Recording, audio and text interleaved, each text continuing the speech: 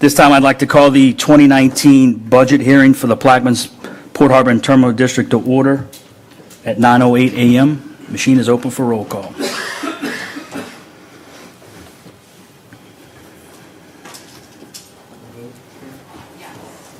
Get the voodoo machine, man. Mr. Roussel's not here. Oh, I'm here. yes. Let the record reflect we have 8 members present. Mr. Roussel is here.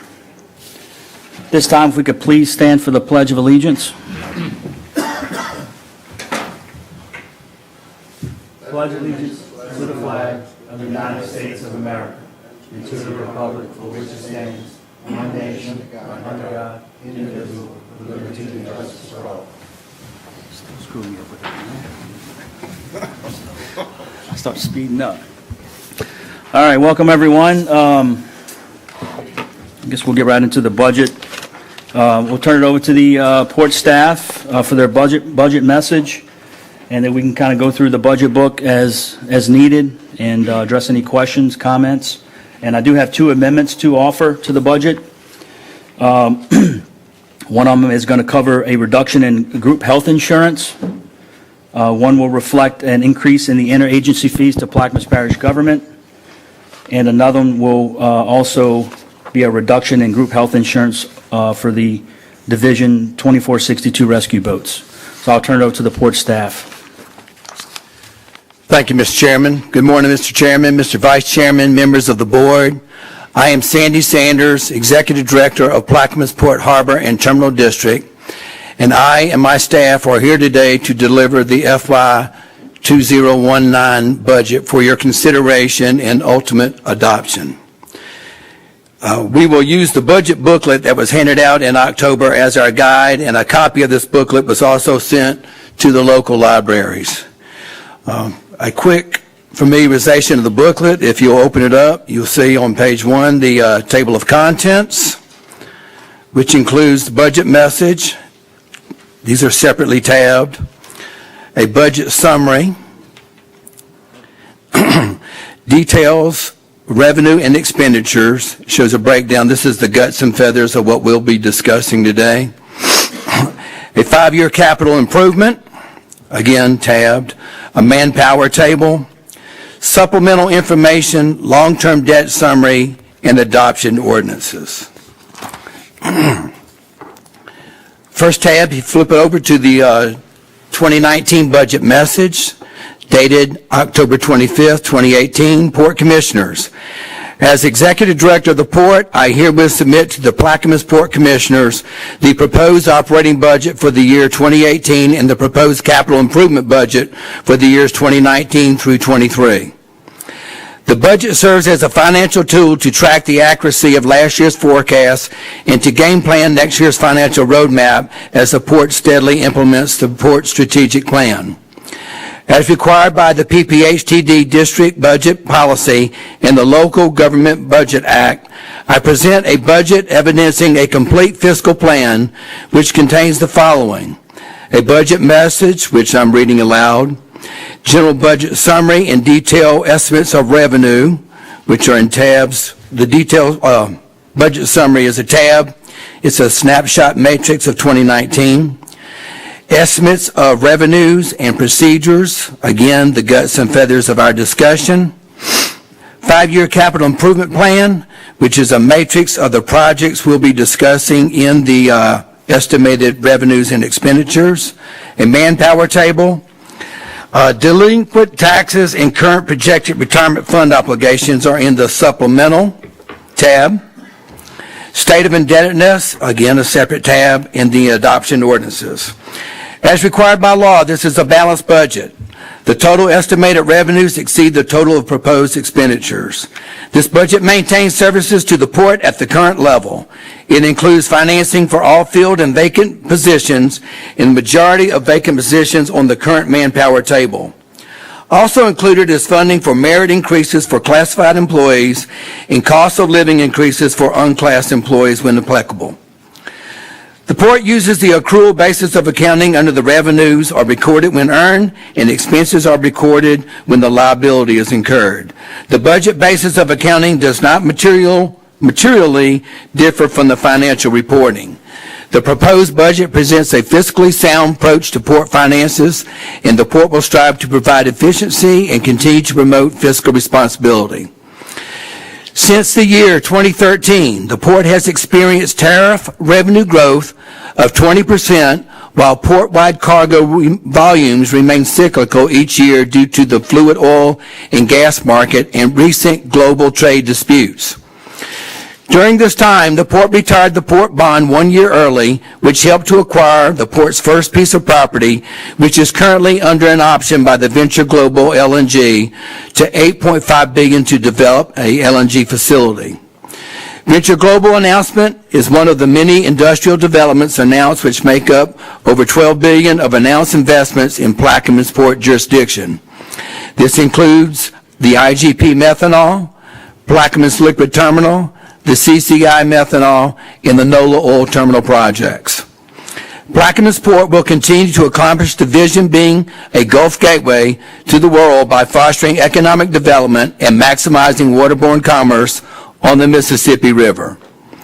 Please contact my office with any questions regarding the budget as proposed. Sincerely, Menard J. Sanders, Executive Director. I invite you to flip to the next tab, which is a budget summary,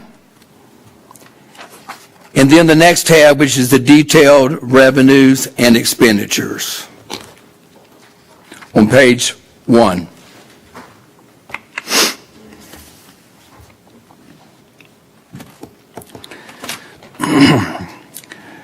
This page depicts the non-operating revenues and expenditures of the port. If you look at the bottom where it says net revenue in the 2018 budget, we went from 225 plus thousand to the 2019 proposed budget of 228,000 plus some change. This is a 1.49% increase, and it is due to the increase in rents. There are 2 items that are one-time grants last year, not rewarded again, in the 3rd and the 11th items, that being the port-wide security and the rents and leases JLH contracting. Hence, you see the biggest decrease of 12,000 and 6,000 respectively. Page, please. In the next page, we're going to illustrate the general operating section of the budget. As far as revenues, we projected a 5% growth based on previous year's patterns. However, we experienced only a 1% growth. Hence the overall 4.62% decrease in the bottom right-hand corner, as you'll see halfway up to the far right side, 4.62% in revenues. Expenses, we had increases all included of 2.9%, which is very good from the previous year in the areas of merit, projected overtime, taxes, and retirement. The next section, financial and related services budget, an overall 2% increase. And this includes the net increase in insurance, which the chairman just talked about, and this is for the entire workforce.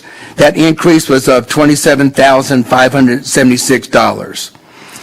And there was also an increase in interagency fees from 2018 to 2019. The last item on page 2, operating services and supplies, I invite you to flip to page 5.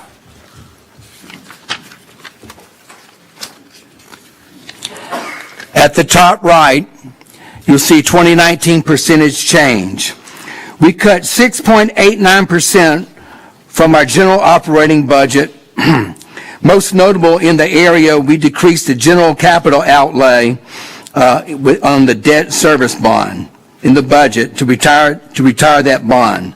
And this was the purchase of Parcel 2, which is now optioned by Venture Global. So from pages 2, 3, 4, and 5, it remains pretty flat. However, I do invite you to page 4. A few items I want to bring to light.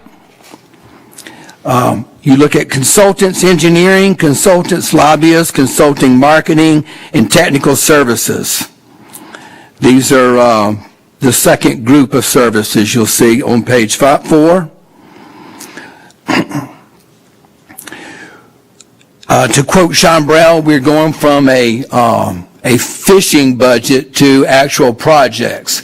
And so to assist us in tracking our expenses, we have moved these expenses into another area. You also look at technical services software, $162,000. This was the Aries software that we received a grant. So we moved it out of this, and it has its own separate page on grants, and I will discuss that further into the budget.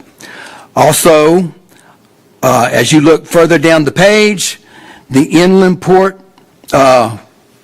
we're looking at an increase in travel of $20,000 for a total of $100,000. It was $80,000 last year. We're looking at $100,000. This is because we have we're doing a vast amount of inland port coordination of the aggregation distribution ports in the Mississippi Valley. We have six new commissioners that are coming on, so there'll be quite a bit of orientation in taking them with us on some of these trips.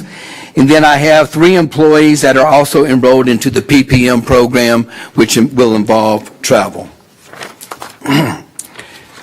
If you flip the page to page 5, under the capital outlay, you'll see where we retired the $1,860,000 debt remaining service on that bond principal. So at the bottom of the page, total revenues of $5.9 million minus total expenses of $3 million is a net revenue of $2.8 million. This equates to a 68.22% increase from the previous year. Page, please. Page 6. This is the bulk of our employ, which is the rescue boats. We talked about the increases, the 2.9% increase in total port, and that's been made up of projected merit, projected overtime, taxes, and retirement. And the bulk of that is with our rescue boats. Below that, operating services and supply for the rescue boats illustrates a 4.69% increase. As illustrated on pages 6, 7, and 8, just take a second to look at that. Most of the items in this remain flat. The biggest expense is on page 7. That is a $20,000 increase. It was a maintenance item on the boats. Maintenance on the boats.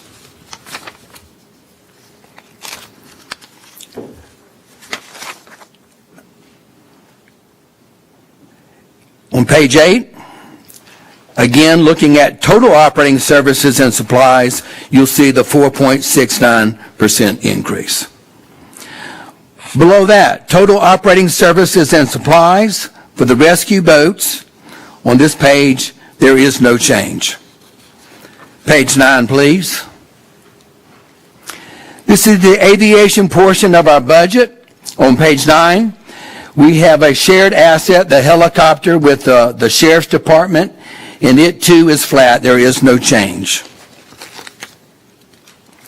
Page 10. This is where you see we've gone from a startup, or as Sean Brell says, our fishing budget to get projects going, to now that we're already getting projects, and we want to track those projects so we can track the expenses and see how good we can estimate, and also for future expenses. Note that in the revenues, we are projected to collect $2 million for the option from Venture Global on Parcel 2.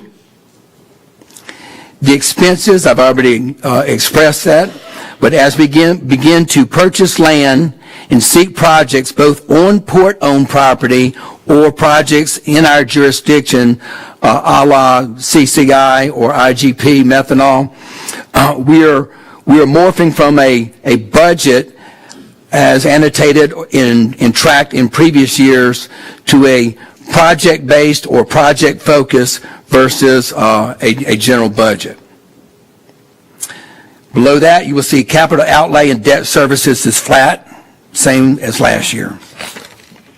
Page, please. Page 11. We were previously awarded 3 grants, which again doesn't come yearly, but on a one-time basis. We separated these grants and tracked them on a project-focused basis. So the next 3 pages, page 11 is cybersecurity, page 12 is the security barge, and page 13, the security mobile trailer. If you look at page 11, the match was $168,000 contributed by the grant. We matched that with $56,250. So you see the net of a minus $56,250, which was our share, and this has been closed out. The next page, the security barge. This too has been closed out. These are 19. Okay. The proposed budget of $231,000, which is the grant, and our match is $77,000.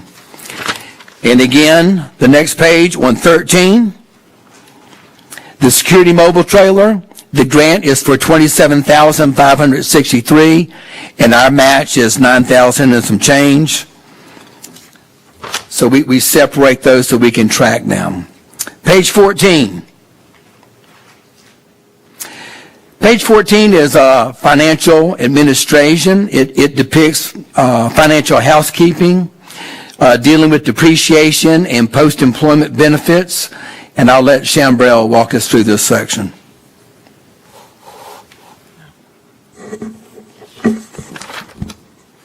Good morning. As Mr. Sanders stated, the page 14 covers the financial administration of the budget, and it basically just records the depreciation on all capital assets in the reclassification and post-employment benefit, which is required by accounting laws that we record these in our budget. If anyone has any questions.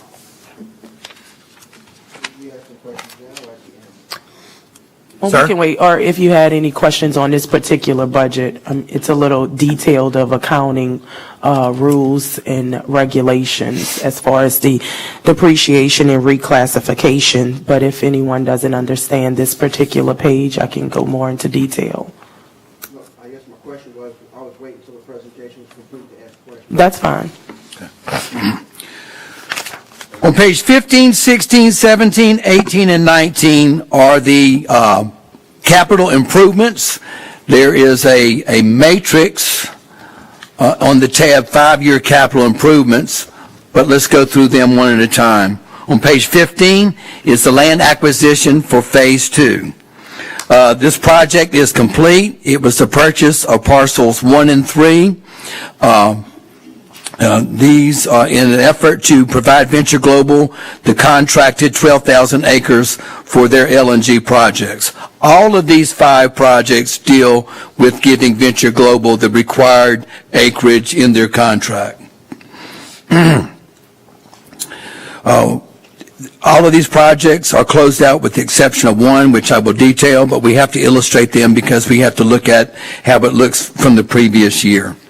So on page 15 is the purchase of parcels 1 and 3. On page 16, that was the culvert replacement project.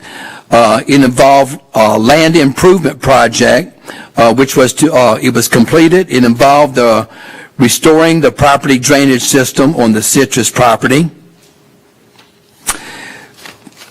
Page 17, again, this project is closed out. It was for the plus or minus 5 acres of the tract B1, which had a previous business there but was no longer an active business. So we purchased that property. It is complete. Page 18. Page 18 deals with the parcel B3. It is an ongoing business, port ship services. They have agreed for a land swap. We are picking them up. We are putting them on another piece of property that we own, and also making them whole. This is the project I would have to say is causing us the most angst because it is ongoing. It was board approved as a design build project, but it involves the permitting of the B3 site, the new B3 site, which will complete the contractual obligation to Venture Global. When I say it's a pain, the permit is currently in the hands of the United States Army Corps of Engineers, and it is awaiting approval.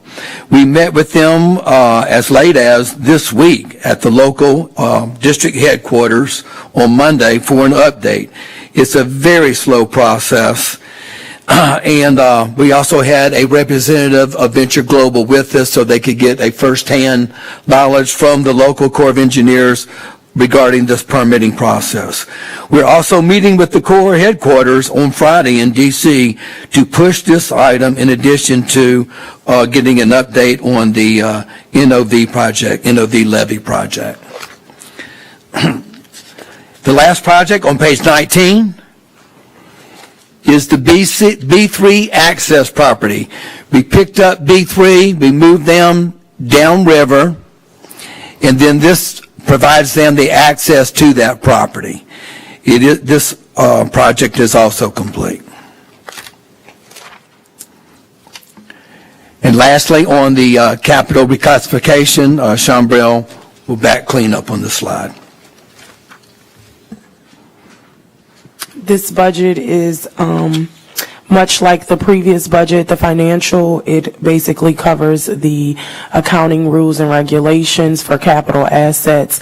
We just have to separate it out because it only pertains to the capital improvement projects versus the entire budget, which includes the capital outlay. So there's a little difference between the capital outlay and the capital improvements. And with that, this completes the detailed revenue and expenditure presentation. And Mr. Chairman, I'll open it up for discussion. Thanks, Sandy, for your detailed presentation. I have no questions. All mine were addressed during the pre-budget hearing.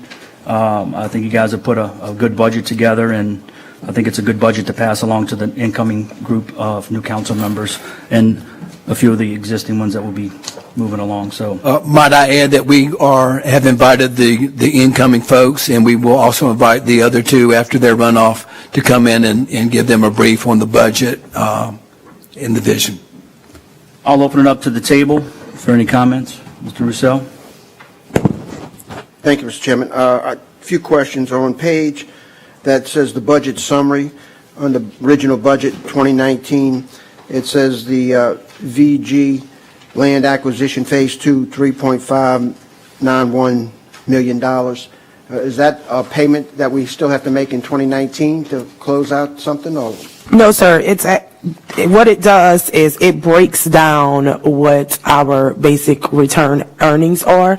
And if you flip to the last page in that section, what I basically do is I track all of the option revenue that the port has received from VG and versus everything that flows through that budget.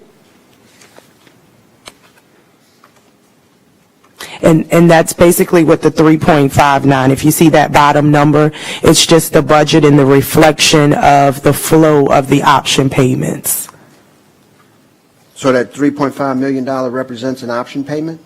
It represents basically the flow, the history of the option payment and what we haven't and what we have and have not spent of it, of the option revenue. if you see in 2015, we received 1 million, and then it shows everything, all of the expenditures. It's just a summary, basically. It's just a tracking mechanism to show what has come in and what has gone out regarding land acquisition and anything we spent the option payments on, the revenue. So that represents a revenue for 2019? Yes, a running total, not just for 2019. It goes back to 2015. It's a running total of everything we've received, all of the option revenue we received, and all of the expenditures since we began collecting that option revenue. So it's not something that's due this year. It's a running total. And it's basically just a reporting mechanism to show budget-wise. The confusion is because you put it in the column with 2019, and it's a sum of the total 4 years. It's not, it's a sum. Right, it's like a fund I can't call it a fund balance because we don't have a separate fund for it, but it's like I said, go to the final page and it'll show you the first year there was $1,032,000 was spent, so it had a 967 balance, and then it adds the 1.5. The next year it takes out the 190. So that's revenue available for 2019 to be spent? Based only from the from the option revenue. So on the next page, my page for 2019 proposed budget, doesn't have anything for 2019 on the Port Land Purchase Fund? Is there a number that goes there? Or? Yes, sir. I actually have, when I was going through the books preparing for this meeting, I noticed that when I printed those out, it cut the bottom off. So I will have those updated in the new book, but I can provide you with the sheet today if you want it. All right. Let me see. I have. I got a few questions, but I want to make sure. I caught it whenever I was going through. Okay, so the 2019 proposed, would you like me to state the figure? I have the completed one. So the 2019 proposed budget, 2018 budget ended with a $837,915.29 balance. For 2019 proposed budget, we're going to add 20% of port tariff fees as required by Resolution 0245, which requires the port to take 20% of the tariff revenues and reserve them in land fund. The total reserved for 2019 is $1,180,765.40. And you just provide a copy of that so we can put it in the... Yes, I will. Yes, I will. And new books will be issued, which will include all of the updates and amendments that we do today, and that will be provided in that new binder.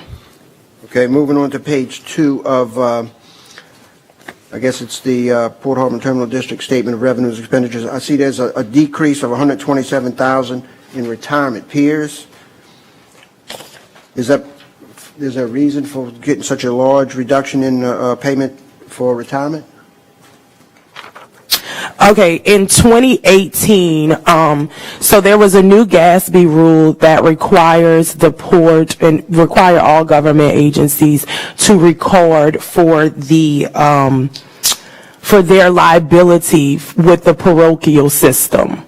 So in 2018, we actually budgeted for that GASB liability and the actual. In 2019, what I did was I placed that in the financial budget so that it didn't show such a large figure, because it reflects as if the port was paying that retirement amount for, actual salaries for the year. But it includes the new GASB rule that requires us to record the liability. So the reason for the decrease would be reflected on page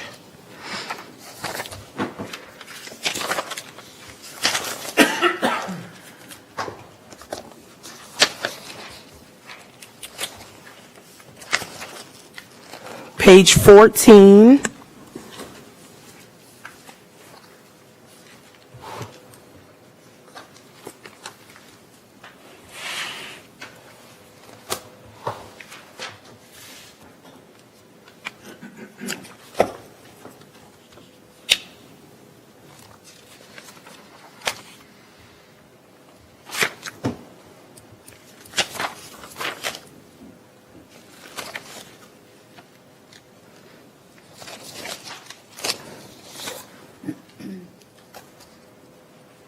Go ahead and put it in there. Let's see.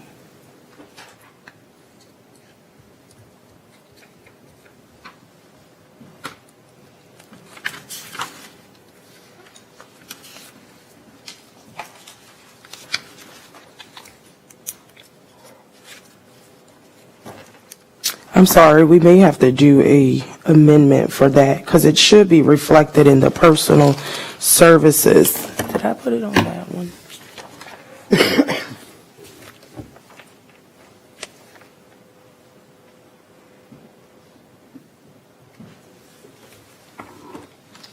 Yeah. So it should be 136 in the financial budget on page 14. That will reflect the intergovernment, that will reflect the pension liability for the parochial. So there's an amendment needed? Yes, I'm going to add that amendment. So we decreased from 18 to 19 for the 127, as you can see, and I'm going to add that to the financial administration budget. Okay.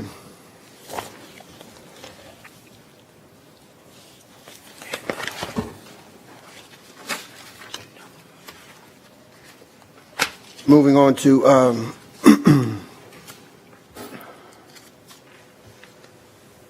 capital outlay, obviously we must be purchasing a vehicle for $60,000. Have a replacement or something? Yes, that is a replacement. We have 2 older vehicles in the fleet that we are projecting to replace. So that's 2 vehicles then? No, we're only going to do 1. There's 2, but we only put in the budget if it's possible, depending on state bid prices and all, but that's what we earmarked for replacement vehicles. That's a pickup truck or something? Well, it's actually, we have 2 older ones in the general department, which is the office department. I know, so which vehicle are we replacing? I mean, who's getting the new vehicles, basically what I'm asking. It's not earmarked for anyone specific. The 2 old vehicles are for the office use, basically run errands, and we have post office box and things like that. So those are where the older vehicles are. I mean, we're going to have a vehicle for $60,000 to run to the post office? No, we're not. That's why I say we have 2. If it depends on the state pricing and the contract list and what we can get on there. If we can replace both of them, we will. If not, we'll replace one of them.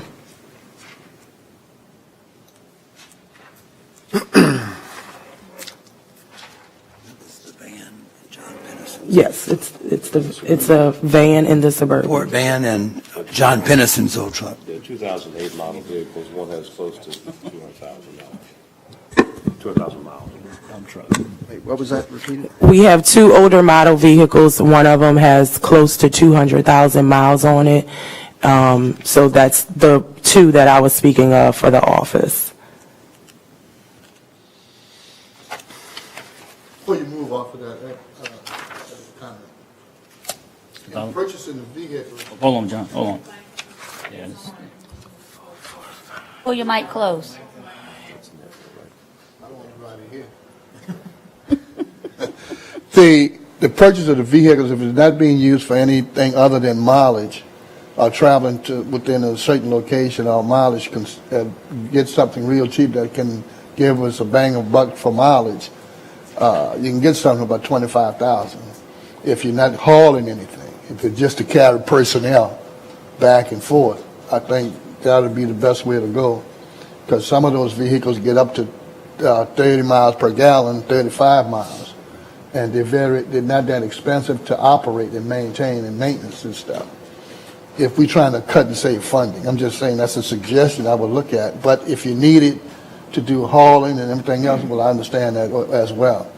But if it's just transporting personnel from one destination to the other, I think you can easily do that and get those things very cheap. And also, the consumption of fuel will be very, very cheap. And that'll be a cost all the way around. That's all. Thank you, Mr. Chairman. Thank you, Mr. O'Connell. We'll get back to you.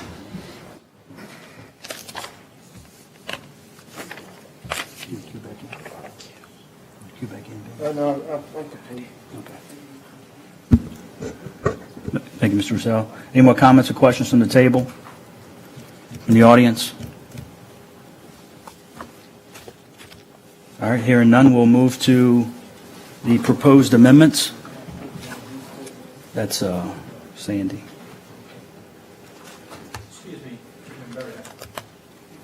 I don't see you in queue then, hold on. Oh, okay, my bad. Oh. Hit your cancel, Mrs. On behalf of Plaquemines Parish Government Administration, simply like to request a copy of the proposed Plaquemines Port Auburn Terminal District 2019 budget, as it will aid in communication. Absolutely. Our budget is available on the website, digital copy. Just give them a book. I will. I just wanted to let you know that it is available on the website. Mr. Russell?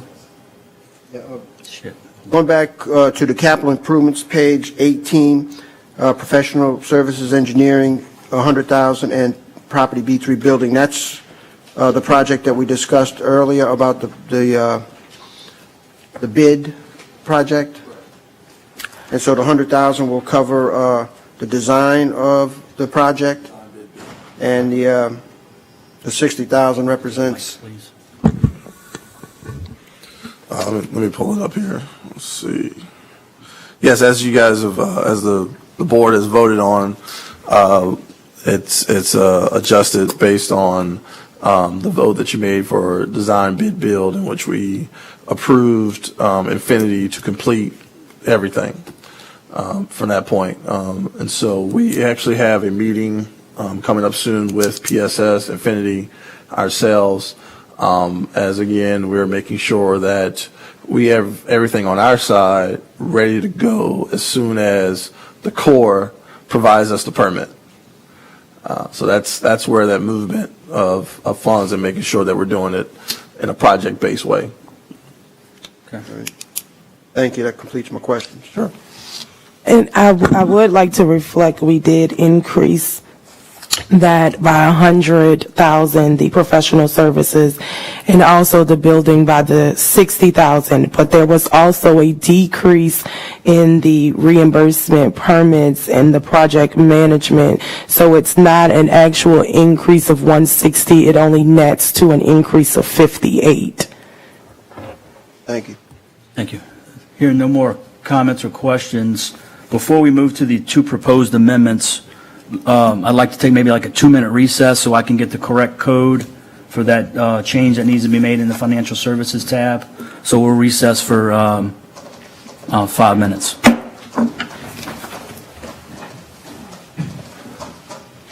I jumped the gun. All right, we'll call the meeting back to order at 9:51. So we'll be voting on 3 amendments. We'll take them individually. We'll vote on them.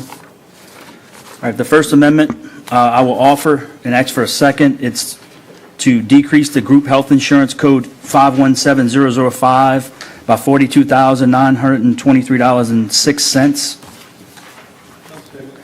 I offer and second Mr. Edgecombe. Any comments or questions? Machine is open.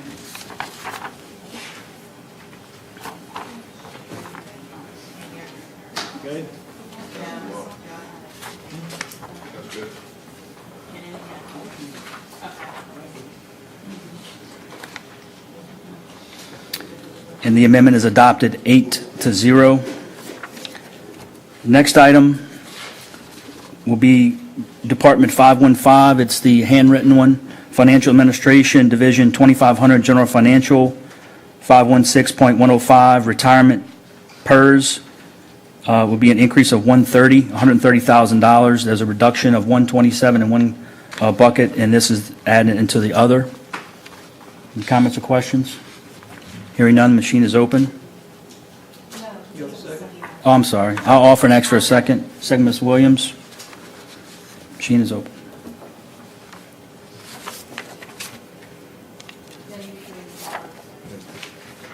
Yeah, you got that Grigori machine now. And the amendment is adopted 8-0. On the next one, as I mentioned before the meeting, lines 1, 2, and 3 will be crossed out and will be addressed in 2019. I will offer that. I will offer this amendment with those changes. Second by Mr. Roussel. This is for Fund 445, Department 490, Division 2460, General Operating. It's a reduction of $31,000 in the group health insurance. It's an increase in the interagency fee of $16,102 for Division 576005, and an increase of $242,358 in the interagency fire and ambulance fee, group 576.006, which would make the interagency fee to PPG whole. With that, I'll offer Mr. Roussel second. Any comments or questions? Hearing none, the machine is open.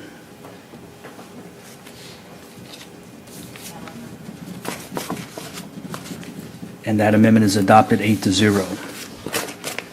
At this time, that concludes the 2019 Port budget hearings. If there's no final comment or questions from the table, I will, Mr. Edgecombe made an offer to adjourn. Second by Ms. Williams. Machine is open.